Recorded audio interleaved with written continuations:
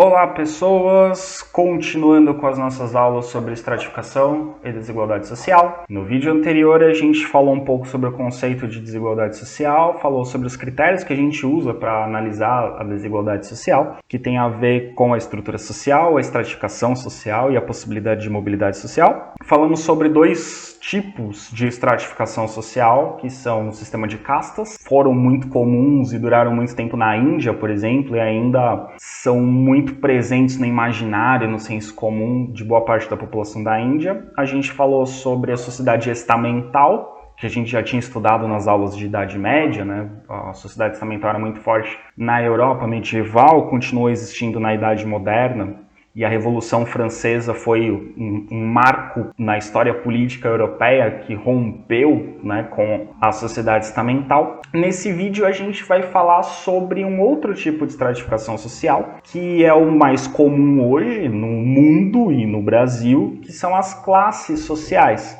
E a gente também vai falar um pouco em seguida sobre algumas características da desigualdade social no Brasil. Então, primeiramente, a gente vai dar uma definição de classe social. Existem vários debates, várias discussões sobre o que seria uma classe social, então a gente vai usar uma definição um pouco genérica, mas que ela é útil para a gente analisar sociedades chamadas sociedades de classe. Então, a gente vai entender classe social como sendo um grupo de pessoas ou grupos de pessoas que surgem das desigualdades sociais em sociedades onde, perante a lei, todos são iguais. Então, numa sociedade de castas, na lei as pessoas são diferentes. Numa sociedade estamental, na lei as pessoas são diferentes. Numa sociedade de classes, a legislação garante que todos são iguais perante a lei. Porém, uma série de dinâmicas na sociedade vai fazer com que essas pessoas tenham tratamentos e condições diferentes. Então, por mais que todos sejam iguais perante a lei,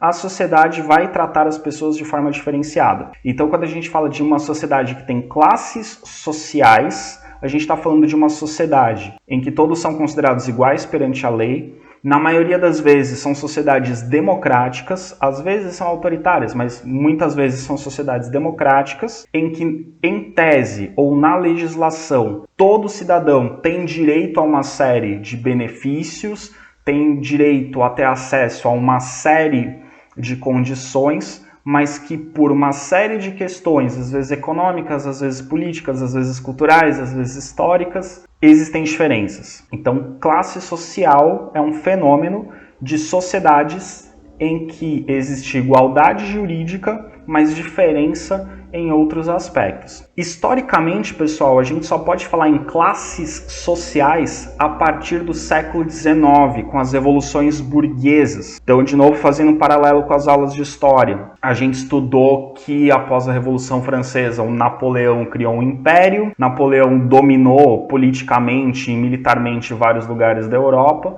difundiu ideias da burguesia francesa pela Europa, e depois que Napoleão foi derrotado, a burguesia de vários países da Europa queria manter as conquistas trazidas pelas ideias da Revolução Francesa. Então, vários países europeus ao longo do século XIX vão ter revoluções burguesas. A gente vai estudar essas revoluções burguesas nas aulas de história. Fazendo esse recorte temporal, essas revoluções burguesas no século XIX, elas vão ser contemporâneas da Segunda Revolução Industrial. Então a gente tem a Segunda Revolução Industrial no século XIX, a gente tem as revoluções burguesas em vários países da Europa no século XIX, e é nesse contexto de Segunda Revolução Industrial e de revoluções burguesas que a gente vai ter o surgimento do fenômeno da sociedade de classes, da divisão em classes sociais. Então a gente vai ter politicamente igualdade jurídica entre todos os cidadãos, mas socialmente, economicamente, a gente vai ter diferenças entre os grupos sociais. Uma diferença importante, ou mais uma diferença importante do sistema de classes, de castas e de estamentos, é que ele é caracterizado por uma possibilidade de mobilidade social. Existe uma possibilidade real de mobilidade social. Então, nas castas é impossível a mobilidade social. É impossível mudar de casta. Na sociedade estamental, é possível mudar de estamento, mas é muito difícil. Na sociedade de classes, essa mudança ela é mais fácil do que na sociedade estamental, do que ou é possível, diferente da sociedade de castas, onde é impossível. Mas isso não quer dizer que essa mudança de classe é muito fácil. Ela é mais fácil do que numa sociedade estamental, ela é possível. E, inclusive, a ideologia da sociedade de classes, né, o pensamento dominante na sociedade de classes vai difundir, vai dizer a todos que eles devem batalhar para mudar de classe social, que isso é possível, basta que as pessoas lutem por isso. Mas a gente vai ver que isso não é tão simples assim, não depende só da ação do indivíduo, isso é bem mais complexo. Quando a gente vai trabalhar com classes sociais, existem duas abordagens mais comuns. Na verdade, existem várias abordagens, mas a maioria das abordagens que os sociólogos fazem das classes sociais, elas se inspiram em dois modelos de análise. Tem o modelo marxista, que é o modelo de Karl Marx. Karl Marx, que provavelmente foi o primeiro pensador a analisar as classes sociais, foi quem desenvolveu a primeira teoria sobre classes sociais, porque ele viveu ali na época que elas estavam surgindo, né? Então ele observou o surgimento desse fenômeno sociológico. E a outra abordagem é a abordagem weberiana, a abordagem de Max Weber. A gente já viu quando falou sobre trabalho que o marxismo tem um olhar mais econômico e o Max Weber tem um olhar mais cultural. Quando a gente vai falar de classes sociais, isso também vai aparecer. O Marx tem um olhar muito mais econômico, ele caracteriza as classes sociais muito mais a partir de uma perspectiva econômica, da lógica de produção, e o Max Weber vai olhar o fenômeno das classes sociais como algo mais complexo, como algo com mais fatores. Então a gente vai ver a diferença entre essas duas formas de pensamento para se analisar as classes sociais. Mas, de novo, esses dois pensadores são os dois principais caminhos de análise. A maioria dos sociólogos faz as suas análises ou a partir de uma abordagem marxista ou a partir de uma abordagem weberiana. Por mais que surjam outras formas de análise, a maioria delas dialoga com um desses dois. Meu papel como professor é apresentar para vocês esses dois caminhos e vocês, como pessoas autônomas e intelectualmente capazes, vão analisar qual caminho de análise vocês acham mais interessante para compreender a sociedade, se o caminho do Marx ou se o caminho do Weber. Talvez vocês percebam que eu tenho maior simpatia por um dos dois e uma certa antipatia pelo outro, mas eu não vou dizer isso abertamente, talvez vocês vão perceber conforme eu for explicando ao longo do vídeo. Na perspectiva marxista, nós temos a grande importância do Marx para se analisar as classes sociais é que o Marx foi o primeiro grande teórico da estratificação social. Ele foi o primeiro pensador a criar uma teoria sociológica sobre a estratificação social. Por isso, né, que Marx, junto com Weber e junto com Durkheim, são considerados o tripé da sociologia, são os três pensadores fundamentais da sociologia. E o Marx, a grande colaboração dele, independente de você concordar ou não com ele do ponto de vista político, do ponto de vista ideológico, a grande contribuição dele foi ter sido o primeiro a desenvolver uma grande teoria, uma teoria complexa sobre a estratificação social.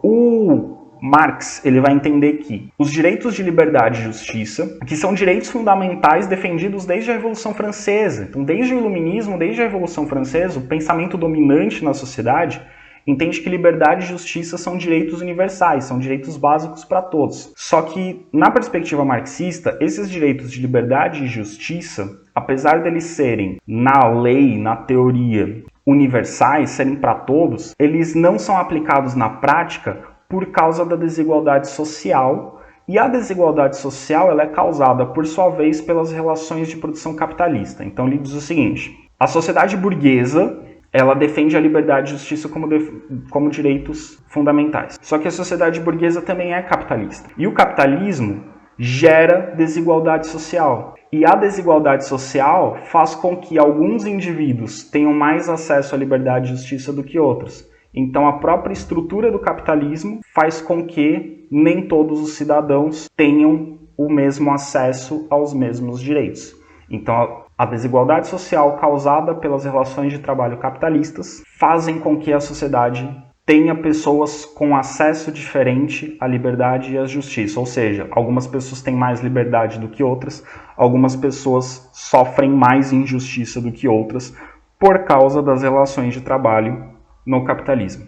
Karl Marx é o cara que vai fazer a divisão clássica que todo mundo já ouviu falar da sociedade capitalista entre proprietários, ou os donos dos meios de produção, que é a burguesia, e os não proprietários, ou seja, o proletariado, o trabalhador assalariado, o operário e assim por diante. Então a sociedade capitalista é dividida em dois grupos. Quem é dono e quem é empregado. A burguesia e o proletariado.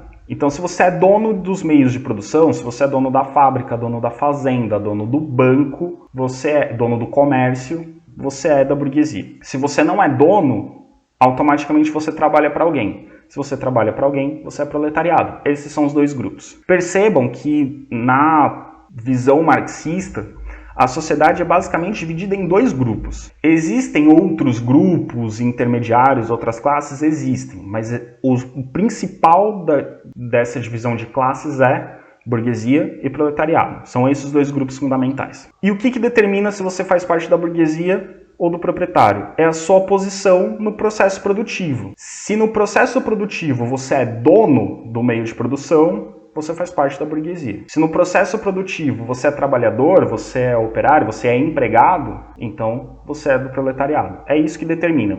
Não é a família que você nasceu, não é a sua origem étnica, não é o fato de você ter sido escolhido por Deus, não é a parte do corpo do Deus Brahma que vai determinar ou o que você fez na vida passada, não é nada disso. Se você é dono, você é da burguesia. Se você é empregado, você é do proletariado. Ponto. A teoria marxista e o próprio Karl Marx, ele vai entender que sim, existem outras classes, existem classes intermediárias. Nem todo burguês é burguês igual. Você tem uma alta burguesia, você tem uma média burguesia, você tem uma baixa burguesia. O dono de uma loja pequenininha está numa classe mais baixa do que o dono de uma grande rede de supermercados, por exemplo. Então existem classes intermediárias. A mesma coisa, você tem um empregado que é o operário mais baixo, você tem um empregado que é o gerente, você tem um empregado que é o diretor. Então eles são classes diferentes. Mas ele entende que a classe da burguesia e a classe do proletariado são as duas principais, e todas as outras classes, em uma situação de conflito de interesses, vão se aliar ou à burguesia ou ao proletariado. Então, na prática, a divisão que interessa é de burguesia e proletariado. Todas as outras classes, no fim das contas, ou são da burguesia ou são do proletariado. Quando a coisa apertar, quando surgir um conflito, você vai acabar indo ou para o lado da burguesia ou para o lado do proletariado, mesmo que você seja de outra classe. Então, no fundo, toda a classe é uma burguesia, faz parte da burguesia ou do proletariado. Então, essa é a ideia do Marx. Então, o principal, proletariado, burguesia. Ou você é um ou você é outro. E dentro da teoria marxista, existe uma oposição entre essas classes, que é o tal do conflito de classes, ou luta de classes. O que é essa luta de classes? O que é essa oposição entre as classes? É muito simples. A burguesia tem determinados interesses, o proletariado tem determinados interesses. O que favorece a burguesia, na visão marxista, o que favorece a burguesia necessariamente prejudica o proletariado. E o que favorece o proletariado necessariamente prejudica a burguesia. Por exemplo, salários. Se você aumenta salários, favorece o proletariado, mas diminui o lucro da burguesia, então prejudica a burguesia. Se você diminui salários, favorece a burguesia, porque aumenta o lucro, mas prejudica a renda do proletariado. Então eles têm interesses diferentes. O que é bom para a burguesia é ruim para o proletariado e vice-versa. Essa é a noção marxista. Então, como os interesses são antagônicos, né, são de oposição, essas duas classes vão estar em constante conflito, elas vão estar constantemente brigando. E é dessa briga entre as classes que surgem os acontecimentos históricos, né? A história da humanidade é a história da luta entre as classes, da luta entre o proletariado e a burguesia. Então tudo que acontece na teoria marxista, todas as implicações políticas, sociais, econômicas, culturais, tudo depende dessa briga de classes. Então, a educação, por exemplo, na visão marxista, a educação vai ser ou a classe burguesa tentando ensinar a classe operária, a classe do proletariado, a seguir as ideias da burguesia e favorecer a burguesia, ou é a classe operária tentando educar seus filhos a lutar contra a burguesia.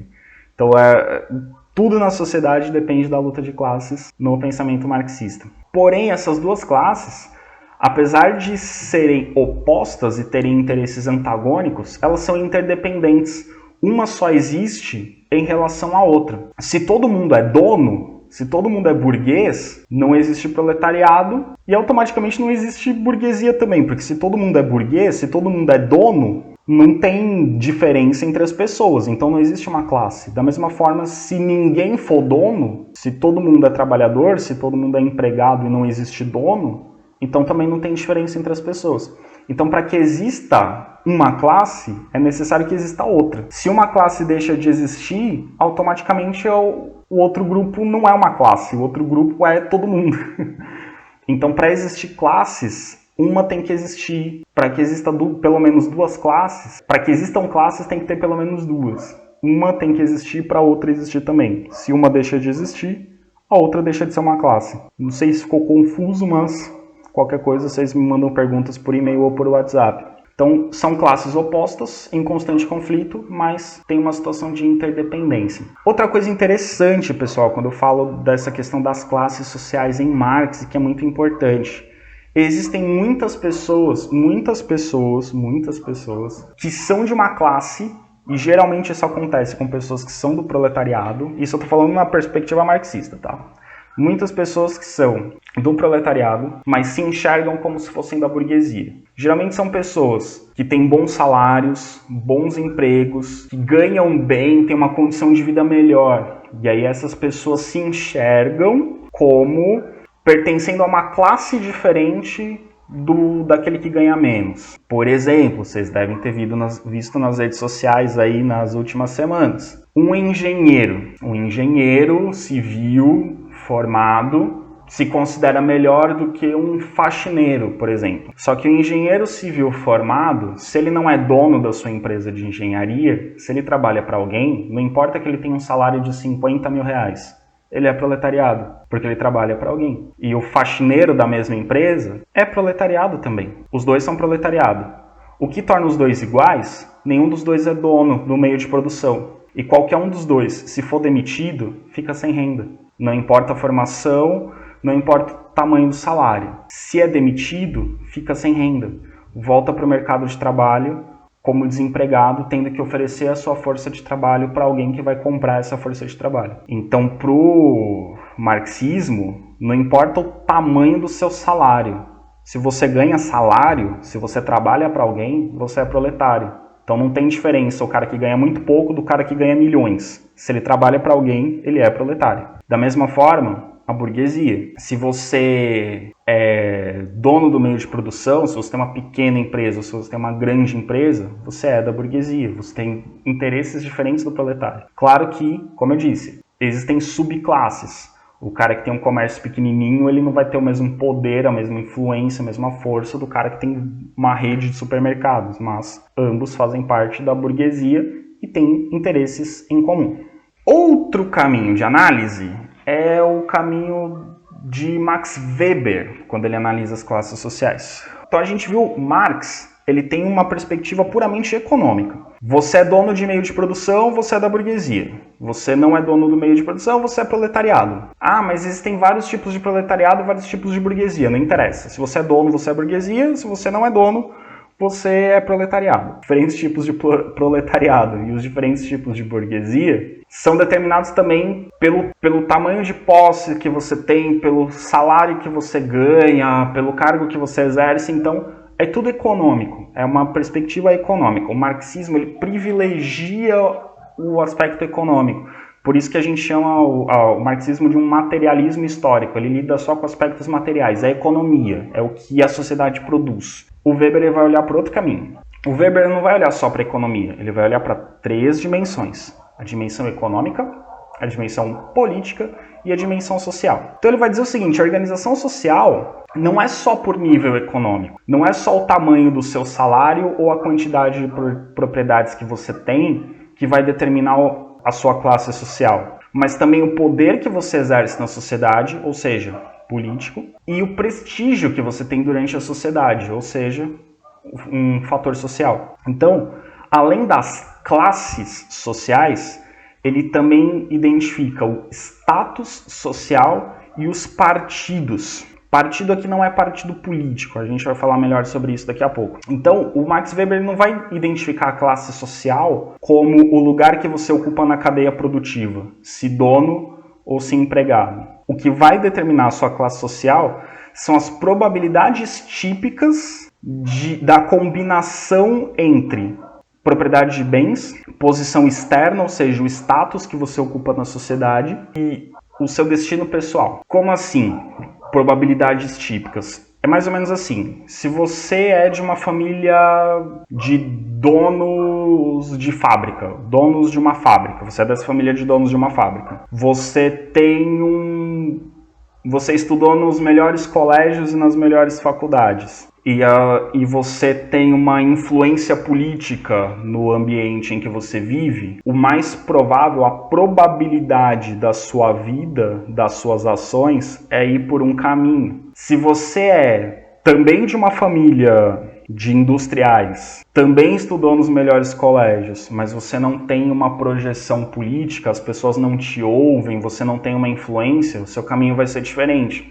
Então numa perspectiva marxista, se você é de uma família de empresários e você se torna empresário, você é daquela classe social. O Max Weber vai dizer, se você é de uma família de empresários, mas você tem uma determinada trajetória, e outra pessoa também de uma família de empresários, mas tem uma outra trajetória, elas pertencem a classes diferentes. Então as probabilidades, as possibilidades que cada um tem vai ser diferente. E são essas possibilidades que determinam a sua classe social. O que determina a sua classe social não é o tanto de dinheiro que você tem, não é só o tanto de dinheiro que você tem, não é só o fato de ser patrão ou empregado. É também aquilo que você é capaz de fazer dentro da sociedade. Isso tem a ver com prestígio, status, isso tem a ver com poder, ou seja, com partidos. Então, as classes elas não são formadas só por posições na cadeia produtiva. As classes são formadas também por interesses e oportunidades. Um determinado grupo que tem os mesmos interesses e as mesmas oportunidades forma a mesma classe. Outro grupo com outros interesses e outras oportunidades forma outra classe. E percebam que ele está pensando não só no interesse, ele está pensando não só nas posses, mas ele está pensando também nas oportunidades. Porque você pode ter duas pessoas com os mesmos interesses, mas uma tem oportunidades para atender essas demandas, esses interesses, e a outra não tem as mesmas oportunidades. Então, se elas têm oportunidades diferentes, elas são de classes sociais diferentes, mesmo que elas tenham os mesmos interesses. Então, percebam que, na visão do Weber, o fenômeno das classes sociais é muito mais complexo do que em Marx. Em Marx, são duas classes antagônicas. Existem classes intermediárias, mas na hora do vamos ver, essas classes intermediárias ou vão correr para o lado da burguesia ou vão correr para o lado do proletariado.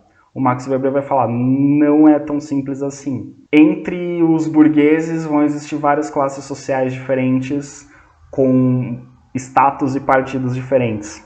Entre o proletariado vai haver várias classes diferentes, com status diferentes e partidos diferentes. Então, reforçando, estou falando isso 20 vezes porque é importante.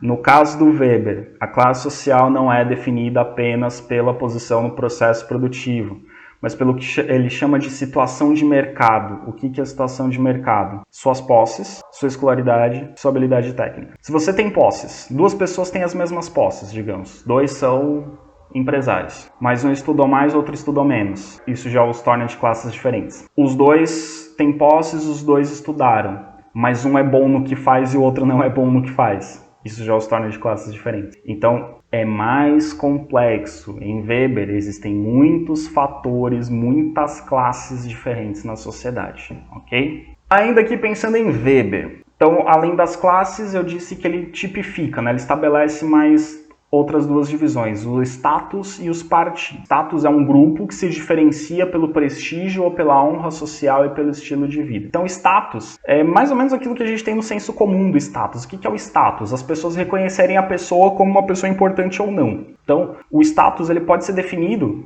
por N fatores, mas o status é como que a sociedade reconhece essa pessoa. De novo, você pode ter duas pessoas com a mesma riqueza, mas uma é reconhecida pela sociedade como alguém importante. A outra, apesar de ser muito rica, ninguém dá mínima para ela. Isso é uma diferença de status. E isso faz com que essas pessoas pertençam sim a classes diferentes. Então, é o prestígio ou a honra social. E prestígio ou honra social, né? Prestígio, um jogador de futebol famoso, tem muito prestígio. Honra social, um soldado vitorioso numa guerra, honra social.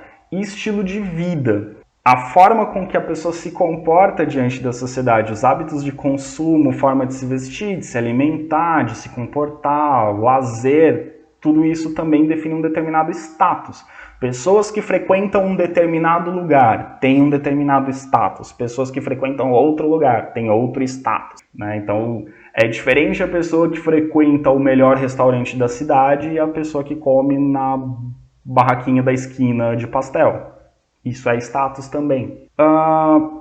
Esses status, eles não podem ser compreendidos apenas por características individuais, mas também do grupo, porque a gente está falando aqui de classes. Então, é o indivíduo na sua relação com um determinado grupo. E aqui a gente tem um exemplo bem interessante. A gente observou no Brasil, aí do início do final do século XX, começo do século XXI, até uns 4, 5 anos atrás, a gente tinha uma grande quantidade de pessoas na sociedade brasileira ascendendo socialmente, saindo das classes E e D, chegando na classe C, o que durante muito tempo se chamou de nova classe média, e a gente vai falar sobre essa nova classe média em outro momento. Mas vamos pensar em várias épocas da história, em várias sociedades diferentes, a gente tem fenômenos de grupos que enriquecem, e aí que são os chamados novos ricos. Então, um exemplo aí que a gente fala dessa coisa do status no pensamento do Max Weber, a diferença entre o novo rico e o rico tradicional. O que é o novo rico? É a pessoa que ganhou dinheiro ao longo da vida, enriqueceu, ganhou uma projeção social, ela mudou de status, ela passou a adquirir novos hábitos, ela passou a ter mais prestígio diante da sociedade, ela mudou de status. Mas esse novo rico, ele não vai ter o mesmo status do rico tradicional. Aquele rico que é rico desde que nasceu. É rico porque herdou o dinheiro do pai, que por sua vez herdou do avô e assim por diante. É uma família que sempre foi rica. Geralmente, as famílias de ricos tradicionais, elas olham com certo desprezo, com certo desdém para quem é desse grupo dos novos ricos. Porque o rico tradicional, ele sempre teve aquilo, ele sempre esteve acostumado com determinados ambientes, com determinados hábitos. E às vezes os novos ricos não estão habituados a esses ambientes, a esses costumes, e às vezes são considerados extravagantes, de mau gosto. Então você tem uma diferenciação pelo status entre novos ricos e ricos tradicionais. Por mais que eles tenham a mesma riqueza, por mais que eles ocupem o mesmo lugar na cadeia produtiva, eles se reconhecem de formas diferentes. Um grupo não reconhece o outro como fazendo parte da sua classe, então acabam formando classes diferentes. Então essa é a noção de status. Espero que tenha ficado claro. Outra noção é a noção de partido, e eu reforço, não confundam com os partidos políticos. Tem a ver com política, mas não é o partido político, o PT, PSDB, PSL, enfim, não é disso que a gente está falando. Os partidos são organizações que procuram impor sua vontade aos outros. Como assim? São grupos, organizações, associações, enfim, grupos dentro da sociedade, organizações, né, grupos organizados, que têm determinadas ideias, determinados valores, determinados propósitos e procuram colocar isso na sociedade, procuram influenciar as pessoas a terem essas ideias, esses valores, tentam colocar esse posicionamento. Dentro desses partidos, né, na visão do Max Weber, sua posição de destaque ou não dentro desses partidos faz com que você tenha mais ou menos poder. Só que esse poder dentro do partido não tem a ver com a sua riqueza ou com a sua posição no processo produtivo. Você pode ser uma pessoa pobre, humilde, sem grandes posses, do proletariado, que trabalha para alguém, mas dentro do partido você tem uma posição de destaque e isso te faz ter muito poder. E isso faz com que você seja de uma classe diferente daquele que não tem poder. Por exemplo, um coronel no exército, um chefe de uma organização militar, um coronel. Ele não precisa ser rico, mas o fato dele ser coronel faz com que ele tenha poder, faz com que ele tenha uma posição de destaque. Então o coronel, ele vai pertencer a uma classe diferente do soldado, porque eles têm posições de poder diferentes dentro desse partido. De novo, partido é uma organização. O exército, dentro da concepção do Max Weber, poderia ser pensado como um partido, né, como um grupo dentro da sociedade que tem uma certa influência sobre a sociedade. Outro caminho, uma instituição científica, uma universidade, por exemplo.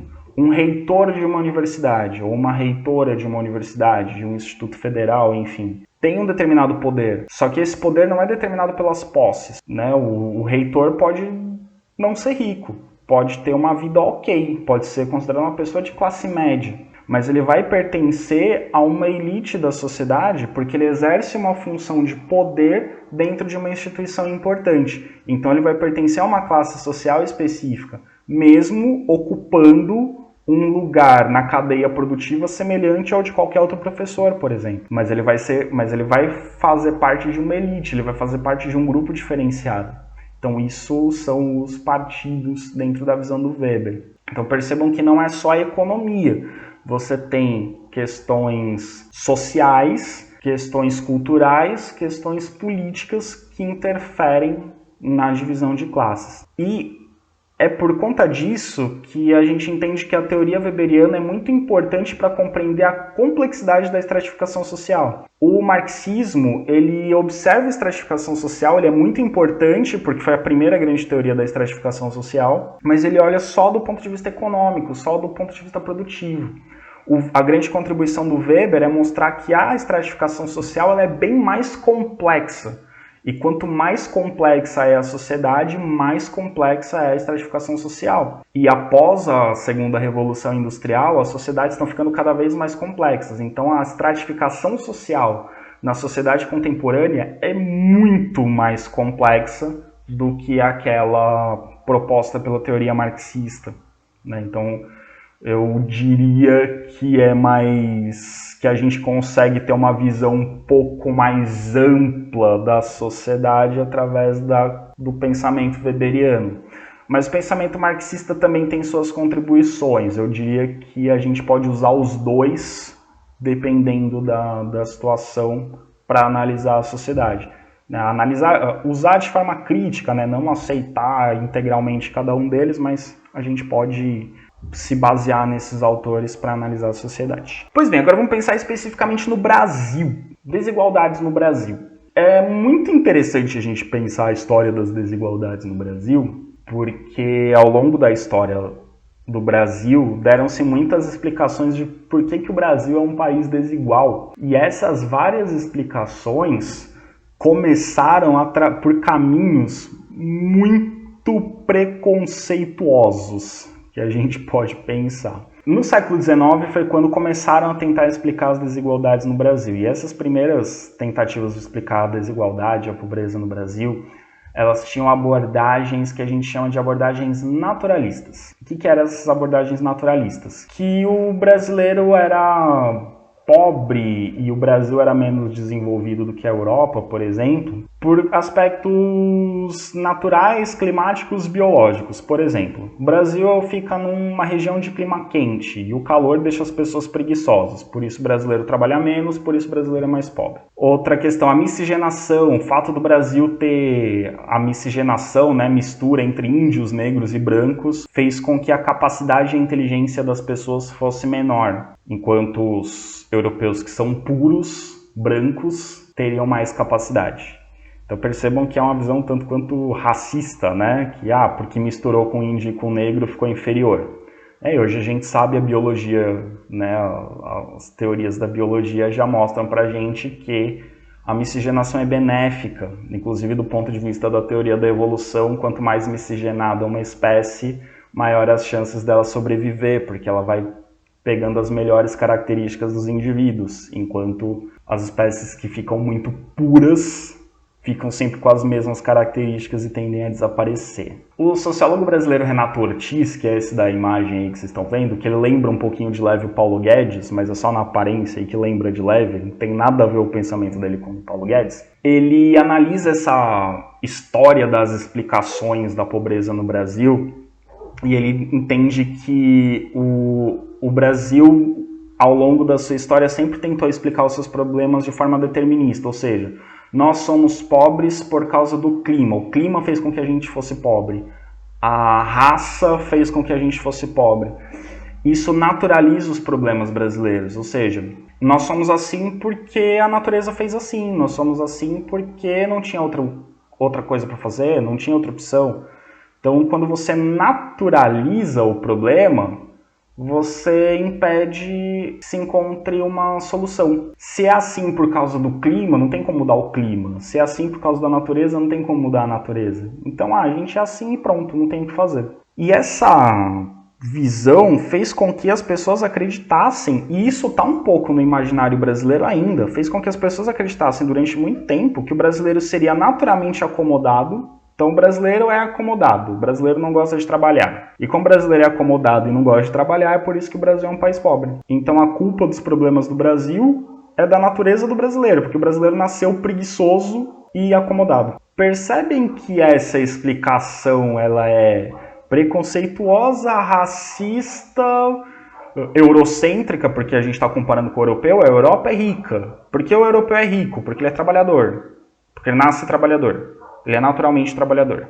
E o brasileiro é pobre porque ele nasce preguiçoso e não gosta de trabalhar. Percebem que ela é uma visão, né? Ela é racista, ela é preconceituosa, ela é eurocêntrica e não é uma explicação adequada, né? Do ponto de vista histórico e sociológico, não faz sentido a gente dizer que a gente é assim, porque nasceu assim. Comportamentos são aprendidos socialmente. Então, a desigualdade no Brasil ela vem de questões sociais e históricas. Então, nós temos a necessidade de superar as explicações deterministas, racistas e preconceituosas, para reconhecer as diferentes formas de desigualdade que existem na nossa sociedade do Brasil atual, Brasil contemporâneo. Então, a gente tem vários tipos de desigualdade. A gente tem a desigualdade de classes, né, das várias formas de classe social. A gente tem a desigualdade de gênero, desigualdade entre homem e mulher.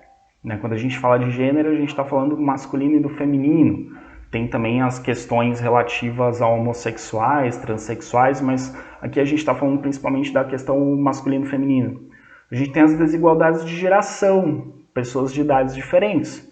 Tem a desigualdade étnica, durante muito tempo foi chamada de desigualdade racial, entre brancos e negros, entre brancos e indígenas. A questão da orientação sexual, que eu separei, né, gênero e orientação sexual, né, como caminhos de análise diferentes. Essas desigualdades, elas sempre existiram, não só no Brasil, em vários lugares. E sempre existiram não só em sociedades de classes, sociedade de castas tem essas desigualdades, sociedade estamental tem essas desigualdades. Mas elas se tornaram objeto de estudo e de análise mais recentemente graças ao fortalecimento desses grupos. A questão de gênero se tornou uma questão importante dentro da sociologia, dentro da história, dentro das ciências humanas, quando mais mulheres entraram na universidade, mais mulheres se tornaram pesquisadoras. A questão de classe se tornou importante quando pessoas de classes mais baixas começaram a ter acesso à universidade.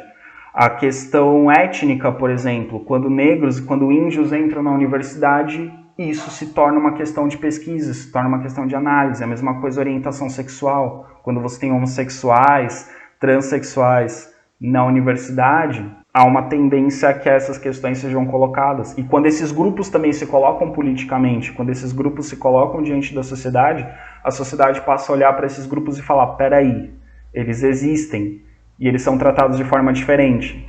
Por que isso acontece? Então isso vira um problema científico, isso vira um problema, uma questão de análise. No próximo vídeo, entrar um pouco nessas questões da desigualdade, a gente vai falar um pouco das questões de gênero, a gente vai falar um pouco da pobreza e a gente vai falar assim de forma um pouco mais geral sobre algumas questões relativas à desigualdade no Brasil. Então, até o próximo vídeo.